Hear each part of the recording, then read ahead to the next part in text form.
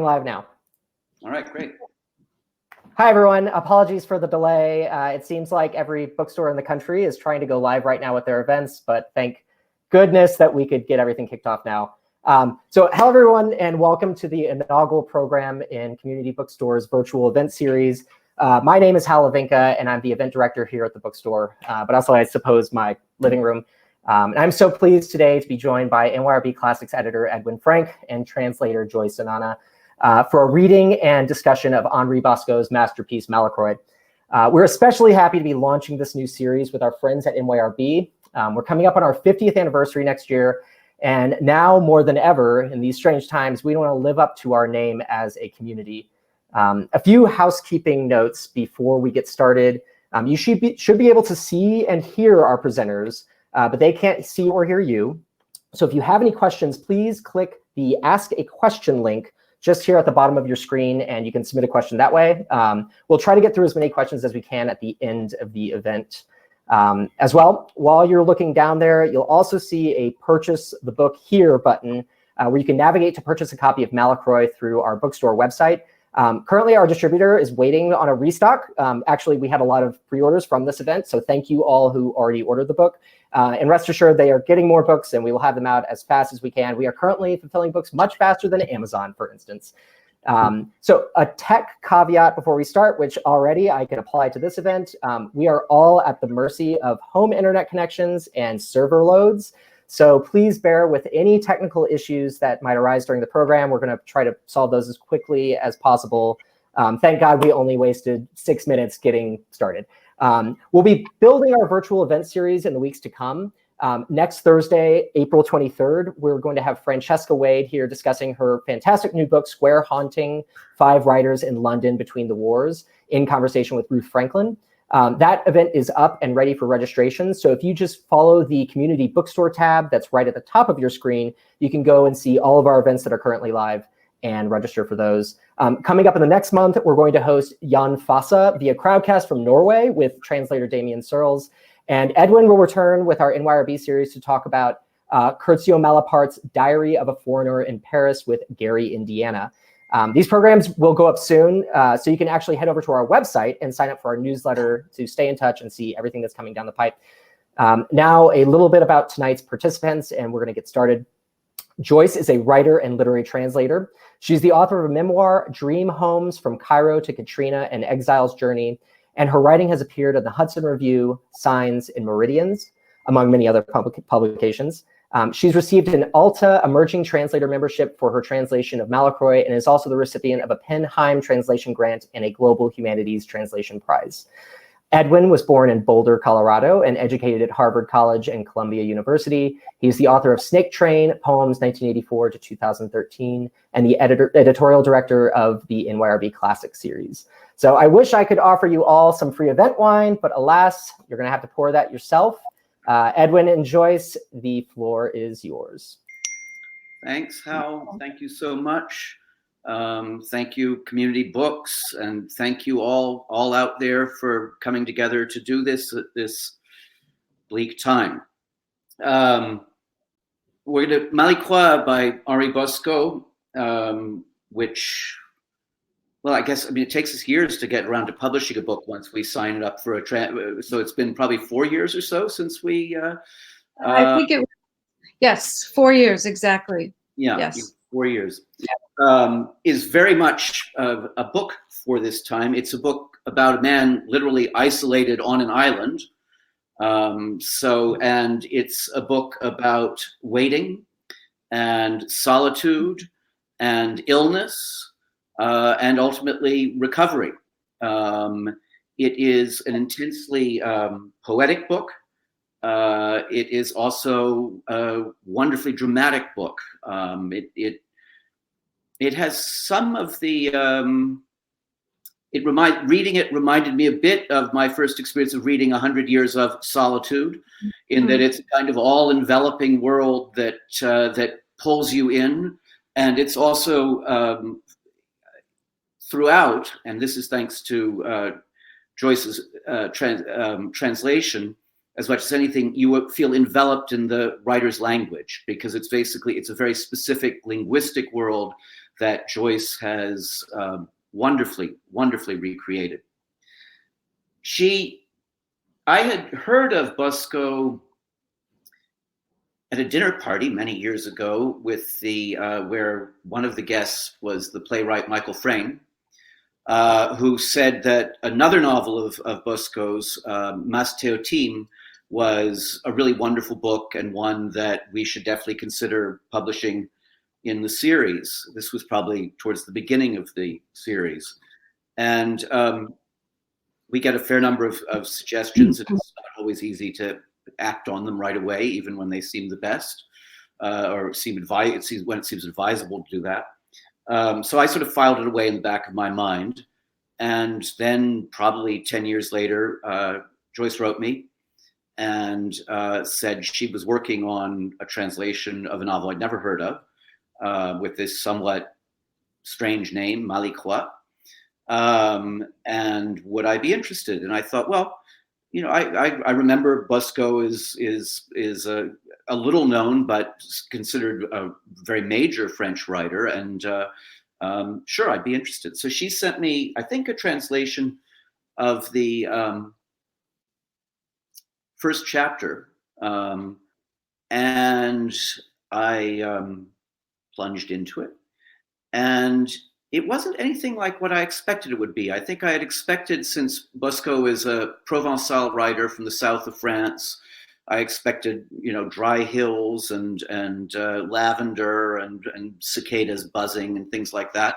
But instead, you got this murmurous book in which, and this is sort of the initial setup of the book, a young man has been, and you don't really know much about him at all, a young man named Marshal from a family called, also a strange word, the Megremou, has received an inheritance of a cottage, or really of an island and some land and a house in the Camargue, which is an area, it's where the Rhone debouches into the Mediterranean. It's an area famous for its wildness, its remoteness.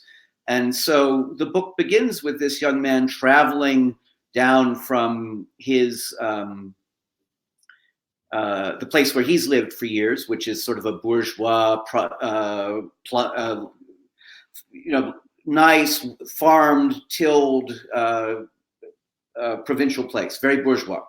And he comes to this wild place, and an old man, a shepherd is waiting for him with a dog, and he is taken to this small, clean house with absolutely nothing in it, on an island in the middle of the Rhone, a massive river here, close to a mile wide, and said, well, this is yours, or at least provisionally, you have to wait till the lawyer comes.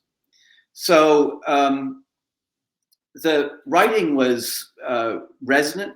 Joyce's translation was resonant. It was full of the life of the natural world, of the river sweeping by. He arrives in the fall, by the way, and it soon begins to rain, and the wind, the elements are all active in and around.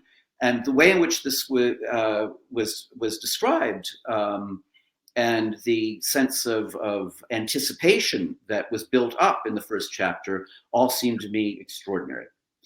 And so I'll tell you, as I say, at the end of it's actually the second chapter, that the lawyer shows up, an immense granitic man, all dressed in green. The novel is set in the early 19th century. We're told in a note at the beginning, but it really is a kind of fairy tale atmosphere. It could be, in a way, any time, except that it's important that everything is candlelit and firelit, and not, and again, that you are exposed to the elements: fire, water, rain. Anyway, it's an extraordinary setup. The lawyer comes up, this daunting man, and he explains at that point that there's a catch in the inheritance, and I'll turn it over to Joyce. Okay. So before I plunge into this story, I just want to say thank you to Community Bookstore and to Edwin for publishing the book. And for me, it's just an extraordinary opportunity to be sharing this book with other people, because I've lived with it for such a long time myself. So it's very exciting to have an audience. So the lawyer comes to the island. There's been a little let up in the rain on the day that he arrives, and he reads the will to the young man. I think before he reads the will, he tells the young man something about his great uncle's life and why he had ended up living on the island. But I'm not going to tell you that. The terms of the will are very simple. The young man has to live in the house on the island without leaving it for a full 3 months. And if he succeeds in doing that, he will legitimately inherit the house and the island. There's also a codicil to the will, which has instructions about another task for him, but he won't know what that is until after the 3 months. So that sets up the drama of the story. And the initial drama is whether he's going to stay there or not. So after he hears the lawyer's presentation, and he knows that the lawyer is not necessarily a good character, he doesn't quite know what to make of him, but he knows he shouldn't really trust him. But nevertheless, he decides that he's going to stay for 2 weeks, just out of courtesy, and then he's going to go back to his comfortable life in the hills of Provence. But as he's spending those 2 weeks, something happens to him, and he starts to feel that he wants to stay. And so the rest of the novel is what happens during that stay. And I don't think I want to tell you much more than that. Should we tell him more than that, Edwin? I think that's... No, I think he Yeah. arrives on November the 11th. This is a Yes. book full of dates. Yes. So the 3 month stretch from November 11th, and certainly the beginning of the book is the increasingly the book, which is a spectacular piece of nature writing, among other things. Yeah. Is the description of the rain that rains and the wind that blows, and then the snow that snows. In some sense, a crisis in the book comes around at Christmas time when he goes out on the island in the midst of a snowstorm. Yeah. But I think you should just read into it. Yeah, and just to say, so the 4 elements are a crucial part of the book, and the 4 seasons are a crucial part of the book. So the book actually covers autumn, winter, spring, and it ends in summer. So we follow the cycle of the year very, very closely. So I have a couple of passages I want to read. I want to read from the very beginning, which gives us a little introduction to the young man, his life in Provence, and his feelings about this great uncle, Malicroix, whom he's never met. So I'll read this. Because my parents were dead, my family was made up of my uncles and male cousins, plus a whole affectionate world of aunts and female cousins who grew tender at the slightest touch. With them, I too grew tender, and I felt myself to be a maigre mue when I was among them, for their gentleness is quite contagious. But once alone, I re-became a Malicroix, with a sort of secret drunkenness and a strange fear. For this Malicroix, unknown to all, hidden within the darkest part of myself, seemed more alive than all the maigre mues who inhabited me with such ease. He never mingled with them, and his reluctance to show himself created a spiritual solitude within me, strong as a bare flat land, worked by winds and waters. And that is where I would meet him. At twilight on a barren heath, I would see him approaching with long strides. Once near me, he would signal. I would follow. Wordlessly, we would walk until night, always with long strides, through that land where in the end he disappeared. Then I would be afraid, but only for a moment, for in turn, I too would enter into solitude. Such, until I was 25, were my relations with my great uncle Malicroix. I knew them to be fictitious, but able neither to know him nor to do without him, I was content with this fiction. So right away, there's this imaginary life that the young man is living. And then soon afterwards, he's going to actually have this experience of going to the plain, walking across it, and entering into the solitude that he enters into. So he takes the journey, comes to the island in a rather strange way. In the middle of the night, he gets to the house and he is told that this is his house and he can sleep here. And he has a hard time getting to sleep, but eventually he does get to sleep. And I want to read this passage of his waking up on this first day in this house that he's been left. I remained stretched out on my bed for some time. Waking never touches me all at once. The regions of my sleep light up very slowly, one after another.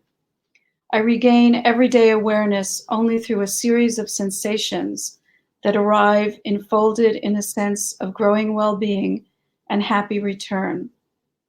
I smelled first a very sweet smell of domestic life, the sharp smell of freshly kindled wood burning well, and then the aroma, so comforting in the morning, of food, bread and milk, still hot from the embers, peacefully steaming in the warm room where they announced the new day. The influence of such goodly scents made me open my eyes, and this room, which I had been imagining in its warmth, already familiar to my sight, did not in fact surprise me. Waking up in it for the first time, I was at home. The fire was burning in the hearth with morning ardor. Beside the bed, a low table had held bread, milk, and a bowl of honey. 2 low windows let in a little light. Outside, the rain had stopped, but it was still dark and damp. Only a bit of greenish day was entering the room. But this room was so white, the fire so bright, the warmth so penetrating, that despite the feeble light, life here seemed secure against darkness and bad weather. A black cauldron burbled near the fire, softly singing. No one was in sight. Someone, however, had come while I was still asleep and silently prepared my meal, kindled the dry wood, opened the shutters. From where? I had bolted the front entrance the night before, but in back, a low door must open into another room. And it was there, very early, that the visitor, whose vague shape I had perhaps glimpsed in my sleep, had come. I rose and breakfasted on bread and honey. So that's his first morning in this house. And the house, of course, is going to become very, very important as a shelter. It's called La Redouce, which I don't translate in the book, but it maybe means the redoubt, the refuge, the retreat. And it's the island also has the same name. And there are things outside the house which terrify our young man. One of the things that terrifies him is the river itself. So the island is in the middle of the Rhone River, which, as Edwin said, is quite wide here. And one little note, Bosco grew up next to the Rhone. He was born in Avignon. And during his childhood, the Rhone flooded enormously. And he remembered those floods. He remembered the terror of those floods. And he grew up with this fear of rivers. And he puts this fear of the river into his narrator. And there's something to be scared of in this river because it is quite huge. So the first time, I guess I want to read 2 little passages about the river. Let me see if I can find it.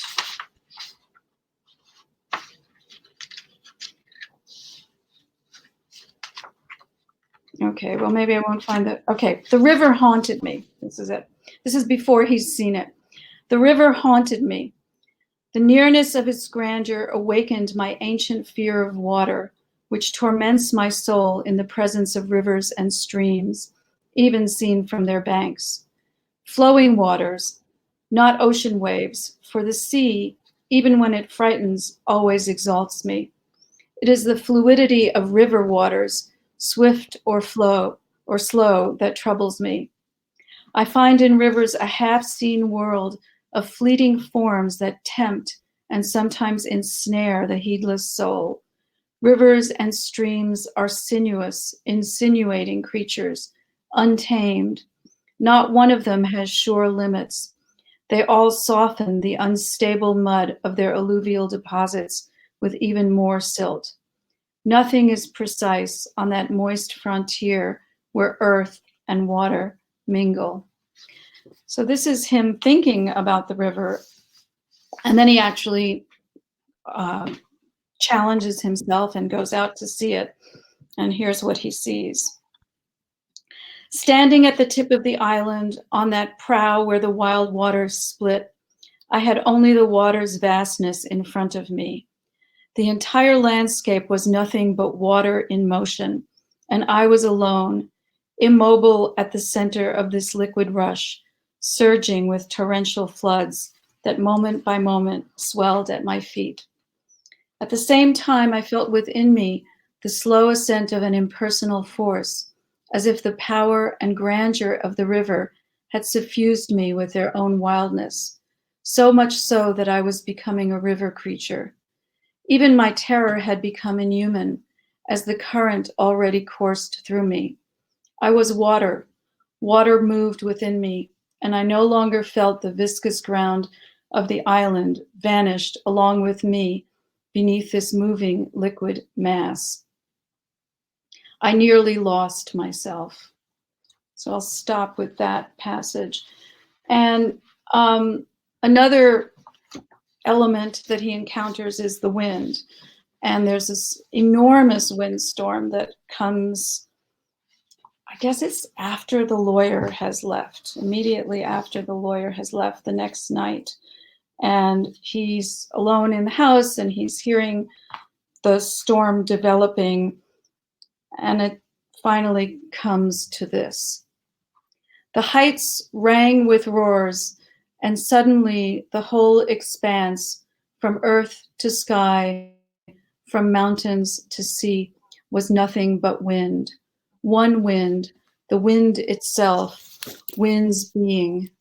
Wind king, wind god, wind, wind, nothing but wind. Everything was becoming wind. Sky, trees, water, river, earth, house, body, soul, wind vaults, wind limbs, wind waves, wind earth, wind walls, wind flesh, and I myself undying wind, with no thought or feeling but wind, wild wind. So these passages go on a long time, these nature passages, but they're really quite extraordinary and quite beautiful. Just want to end with one of my favorite passages, which is, and it gives us, I think, a really good sense of the structure of the book. After he's been on the island for a while, he decides he's going to stay. And then he gets some letters from his family in Provence, and he reads the letters and he's thinking, what am I doing? I shouldn't be staying here. I need to go home. I need to go back and be with my family. And this is what comes next. So I posed myself this question. I must leave, that much is clear. But how? Absurd question to which my common sense replied, you'll leave the way you came. Right away, I realized how impossible this was. For although all the details of my journey remained precisely inscribed in my memory, They seemed, as they returned to my awareness, to be the memories of a dream. From the moment when the coach had left me, solitary voyage on that vast plain where night was falling, I had entered a floating world. I had come to the island, not on a wooden boat across the real water of a known river with a man named Ballandron who served me. Instead, on an immaterial craft conducted by a shadowy ferryman, I had crossed the water of an imaginary river, one night outside of time, mingling my everyday life with the figures of a half-dream. What I had done, I must have done. What I had seen, I must have seen, but by way of inexplicable states of soul in that netherland between the worlds. States of soul henceforth impossible, land I would never again see. The enchantment, my family had shattered it. But how could I leave this island without succumbing to a similar spell? If the river was a real river, the boat a real boat, and Ballandron a real boatman, how could it be that I had known the river, the boat, and the man only in a dream? They who had so miraculously carried me without a jolt from my banal existence into the heart of this irrational but secretly enchanted world, how would they be able to return me to that dull shore where my family would await me with their tears, their streams of words, their warm arms, and their simple good sense? It seemed unthinkable to ask Ballandron on what day, at what time, where, how would I board his boat with my modest luggage in order to leave the island. He would not hear me. How could he hear me? Ballandron had been placed here not to take me away from the island, but to bring me to it. That was his function, his sole function. One does not cross easily from the extraordinary to the ordinary. So I'll stop with that. So, Thanks, Joy. questions? Yeah. I mean, this ends up being a book about the lawyer is the enemy, and it's there is an ongoing he has to reckon with himself, the hero, and he also has to reckon with the lawyer, and the lawyer is the worthy enemy in a way. He's a sinister character, but he's also sort of splendid and terrifying character, and he is the enemy that the young man needs to confront to find himself, and also in some sense to also come to understand his family, because as you go along too, you realize. Anyway, the book is, as I think the passages Joyce read, resonant. The word resonance is a word that actually resonates throughout the book, because this island is in some sense trembling, shaking with the water that surrounds it, especially in the fiercer seasons of the year. How did you how did you discover Bosco, Joyce? I will answer that in a moment, but I just want to say something about resonance and about the lawyer. So Bosco puts into the lawyer's mouth these descriptions of the Camargue and of the island that are exquisitely beautiful, the descriptions of the Camargue. And it's really sort of paradoxical and strange that this formidable, horrible lawyer is very eloquent and speaks quite lovingly and beautifully about this strange land. And one of the things he also says about the island is that the island resonates, that there's sounds, that you hear sounds on the island. And I think it's an allusion to The Tempest, to Caliban's speech in The Tempest, when he talks about this strange magical island. At any rate, how did I come to Malicroix? So I was in my not even yet 20, and someone gave me to read The Poetics of Space by Gaston Bachelard in English, and I read it in English and fell in love with it. It was an exquisitely beautiful book about space and inhabiting space, domestic space. And he uses the example of Bosco's The House in Malicroix, and he refers to it again and again and again. And he quotes from other books by Bosco.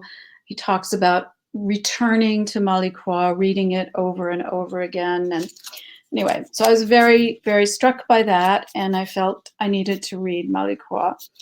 Tried to find it in English, could not find it, and sort of by accident came across a copy of it in French, and I read it in French. My French was not great. It was pretty good, but it was not great.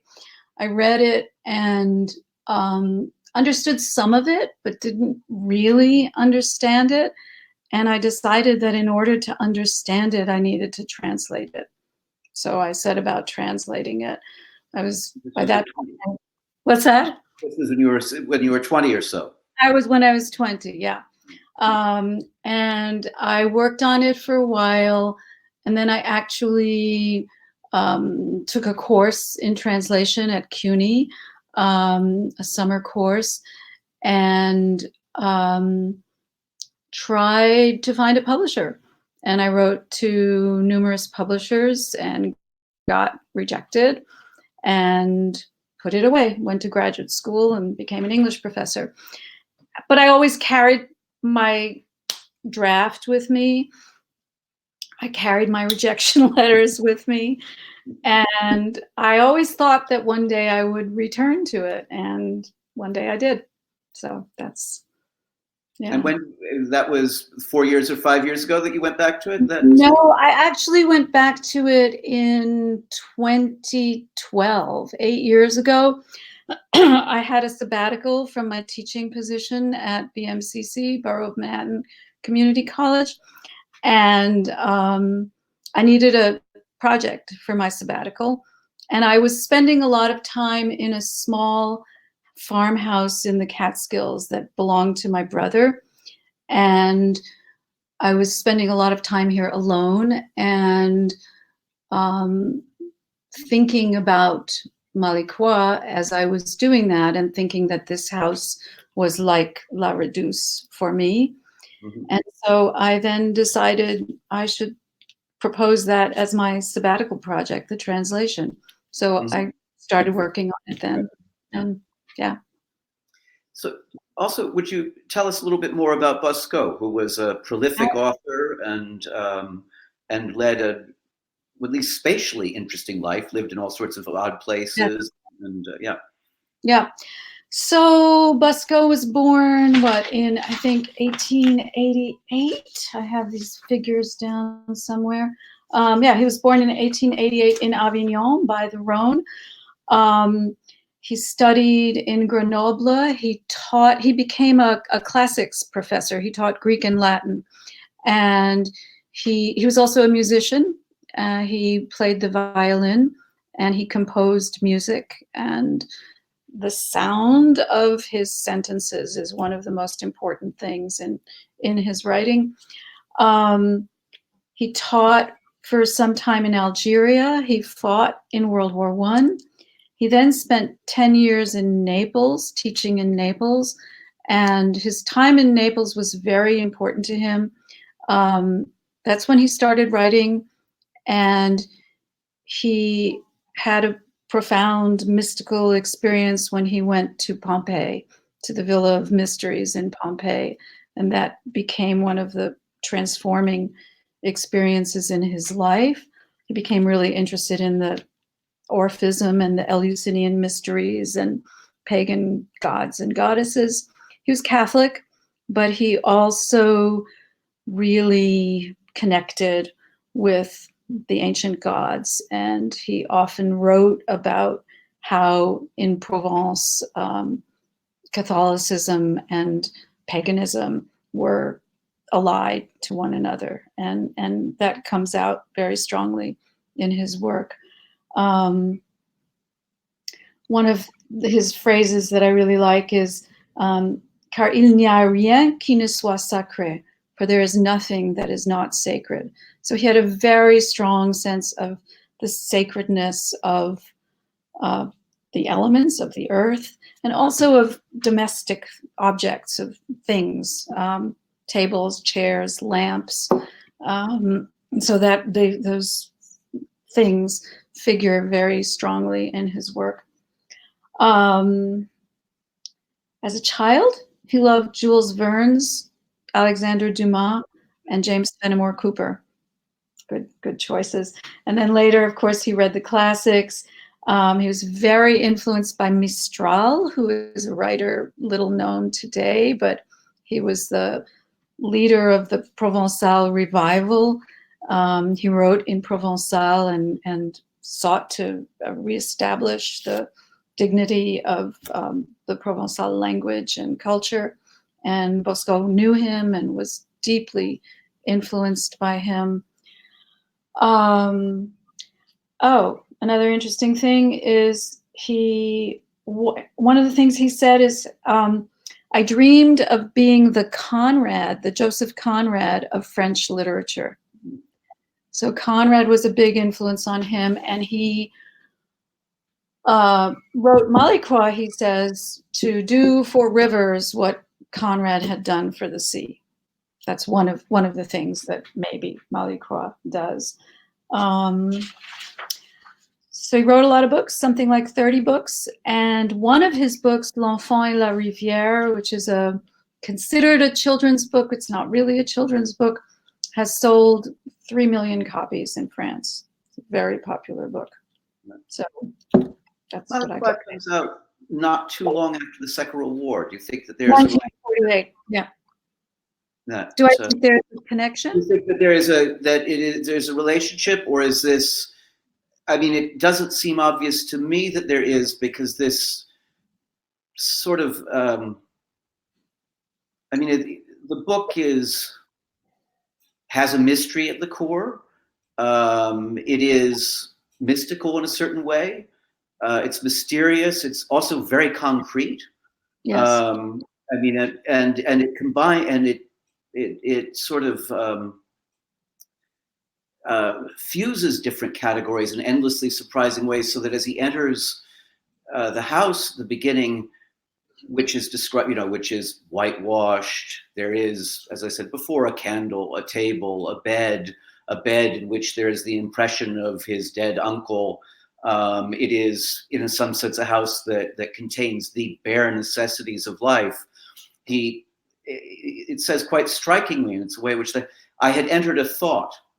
And so there's a way in which everything in this book is at once very concrete and at the same time abstract. And you were undergoing both, and it is a book about an initiation, really. And I noticed, looking at the Bosco Society, that somebody's published a paper about Bosco's characters and their relationship to shamanism.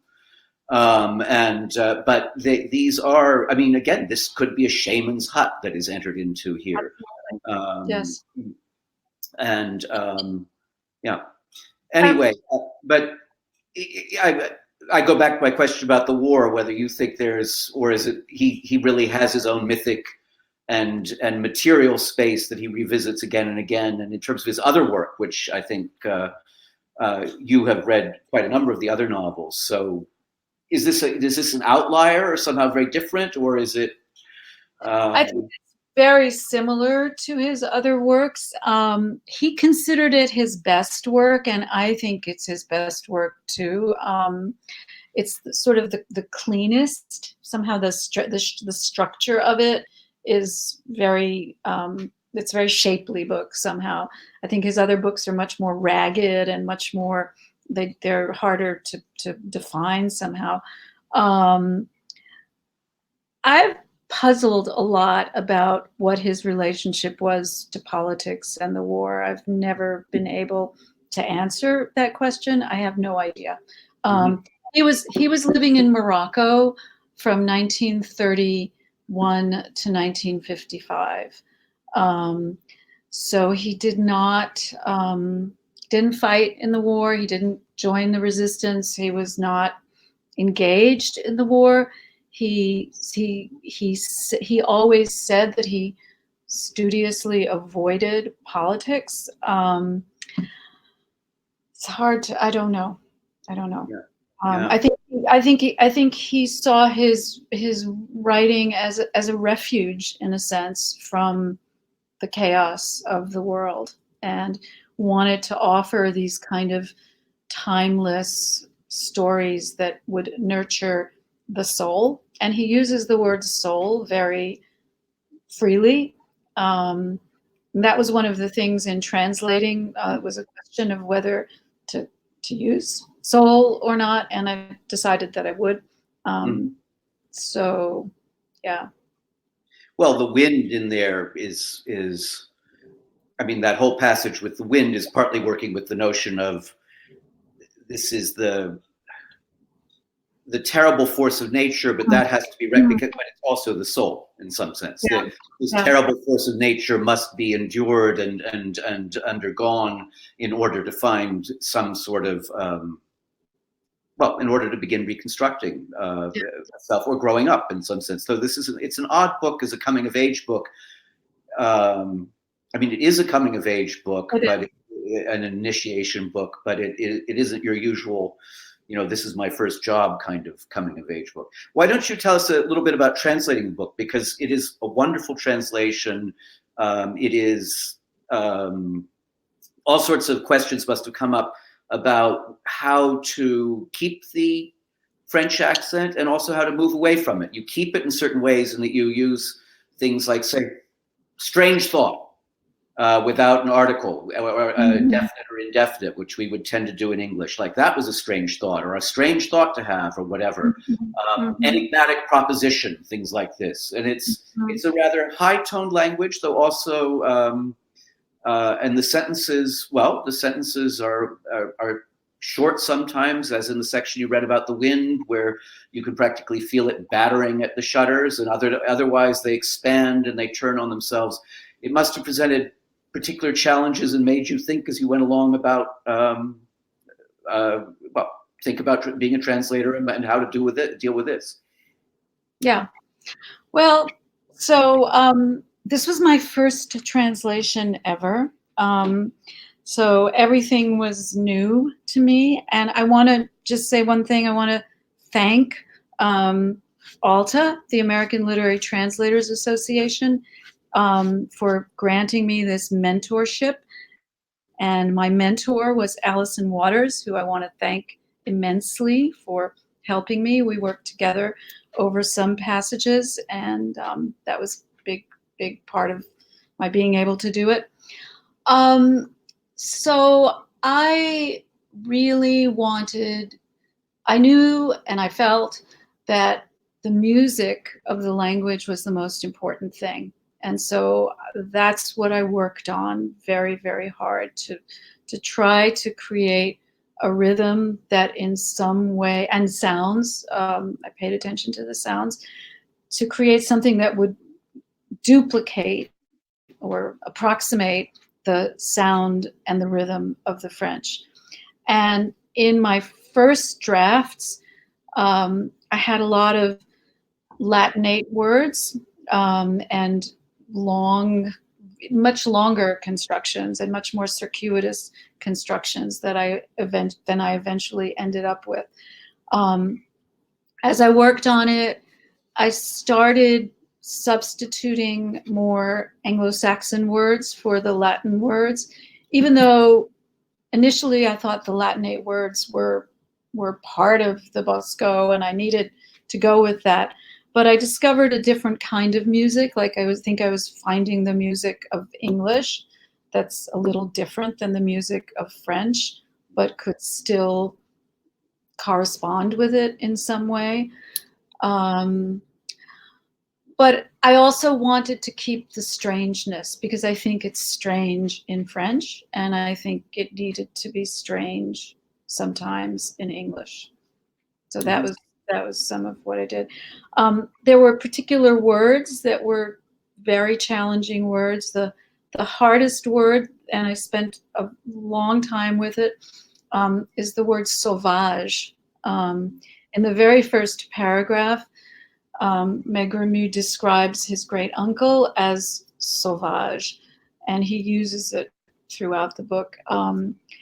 And it's not the same as our savage. Maybe it's a little bit like our savage, but it's not. And I eventually settled on wild, though I don't think it's exactly right. But that was one of the words I really struggled with. Hard word to, Yeah, really hard. Yeah. And in a way, this may be totally cod etymology, but probably related to the English word selvage, which you couldn't use in this way at all. It means, things at the edge of things. Right, right. And,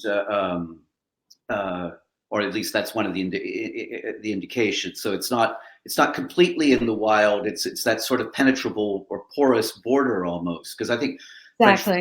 And that is, well, that's this border between the different elements, water and fire and so on. That's where the book takes place. Yeah. And maturity and so on. Yeah. I think we could take questions, right? Great. Yeah. And I'm not sure. I'm back. Hi. Okay. Oh, Yeah. I clicked the link to buy the book. I already have the book. Buy the book. It's a great book. Buy the book, everyone. That is the first response. Okay, so I'm going to look through these questions. So Damien says that this is an amazing translation. He's read a bit about it online, and he wants to know how you pursued this project for 40 years. Can you elaborate on that story a little bit? Well, I didn't really pursue. I mean, I started it more than 40 years ago. I put it aside, and then I picked it up again 8 years ago. But I carried it with me, as it were, during that time. I reread the novel several times over those 40 years. I reread Bachelard several times over those years. So it was part of my life. It was really a big part of my life. And yeah, that's all I can say. The next question comes from Victor. How did you have the foresight to translate a book about solitude and have it published during the COVID-19 lockdown?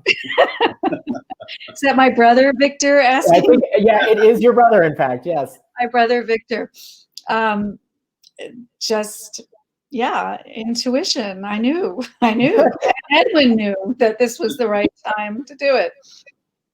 So one thing I do want to say is back in the 1970s when I had written to various publishers, and I also wrote to an agent, the agent wrote back to me saying it was a beautiful book, it was a beautiful translation. And then she said, the American public is not ready for a book like this. She actually said that. So maybe now the American public is ready for a book like this. It came out just at the right time. I don't know. So the third question comes from Ken. Which aspect of this author's French was most challenging for you to translate, and how did that shape your sense of the narrative in this book? That's a hard question. Which aspect of his French? His syntax. His syntax was difficult. There were some sentences I could not understand at first, and that I spent a long time unpacking. Subject and object, literally for the narrator, what's inside him and what's outside him get confused a lot of the time, and that happens in the sentences as well, that you can't quite tell what the subject is and what the object is, or what belongs with what. So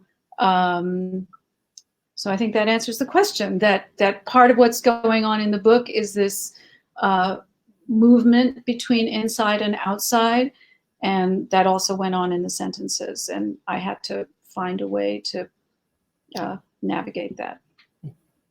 The next question comes from a different Vince. For both translator and editor, after completing the translation/reading of the novel, which questions would you like to ask Bosco about if given the chance? Edwin, I'll let you go with that. Well, we asked one of the borders that one of these complicated borders that the book maps or explores is, it is in some ways a very Christian book, but it's also a very pagan book.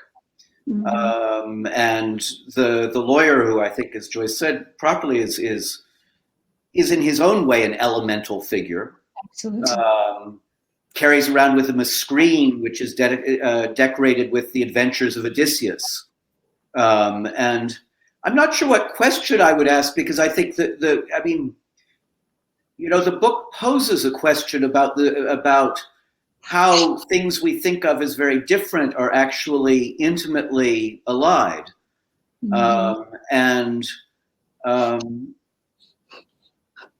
So, in a way, you come away from it wanting to ask all sorts of questions, but that is what the book makes you want to do. And I think Bosco would say, yeah, those are your questions. Live with them. Joyce, do you have a question you would ask? I don't think so. I suppose one question is, where did he get the dog? Where did the dog come from? The dog is one of the best characters wonderful character. Incredible character.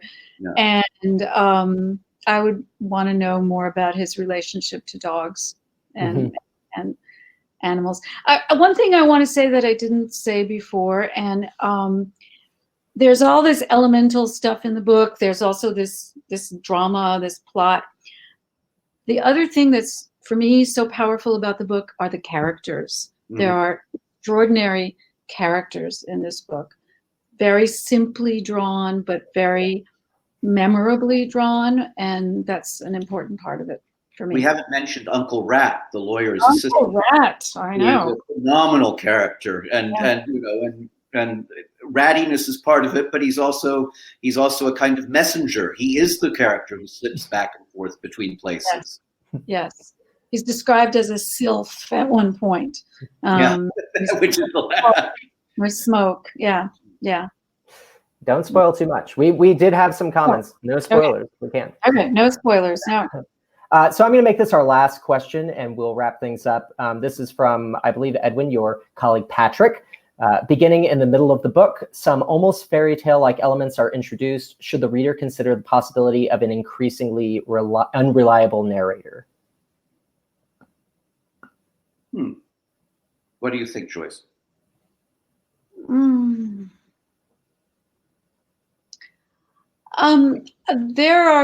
He tells us himself that he's not sure of what's really happening. But I think, a lot of it is in his mind, but it's also real. That's all I can say. I'm not going to give it away. So, yeah. Edwin, do you have a view? There are points when it's not clear whether the narrator doesn't trust his own impressions. Right. That leaves us. That's another way in which the book raises questions, and its drama comes from a huge cloud of questions, but ultimately a kind of vision. Yeah. There's a reliable unreliableness to the book. Yeah. That was bad. Okay, I think that is going to wrap us up today. Thank you so much, Joyce and Edwin. I will give you a round of applause because only you can hear me. I just want to say to everyone, thank you so much for attending our first event. Thank you for bearing with us for our tech issues getting started. It seemed like every bookstore on the East Coast was trying to start an event at the same time on this platform. So we will be evolving and learning more about this as we all enter this new bizarre future of online programming. Speaking of which, we do have more programs to come. As I mentioned at the start of the program, if you click on the community bookstore link that's up here somewhere on your browser, you can see our profile and what we have right now. We only have the one event next Thursday coming up, but we do have several other programs booked that we will be adding to that. Also, if you want to know more and stay in touch, if you go to our website, which I'm actually there's not a great way to put it, so I'm going to put it in a question down below, just the link to our website. You can sign up for our newsletter, and we will be blasting out all of these. We're hoping to do more events with Edwin. Joyce, translate another book, and we will do something else with you. Edwin, please publish another book. Thank you so much, Hal. Thank you, everybody. Thank you, Joyce. All right. Good night, everybody. Good night. Thanks. Good night.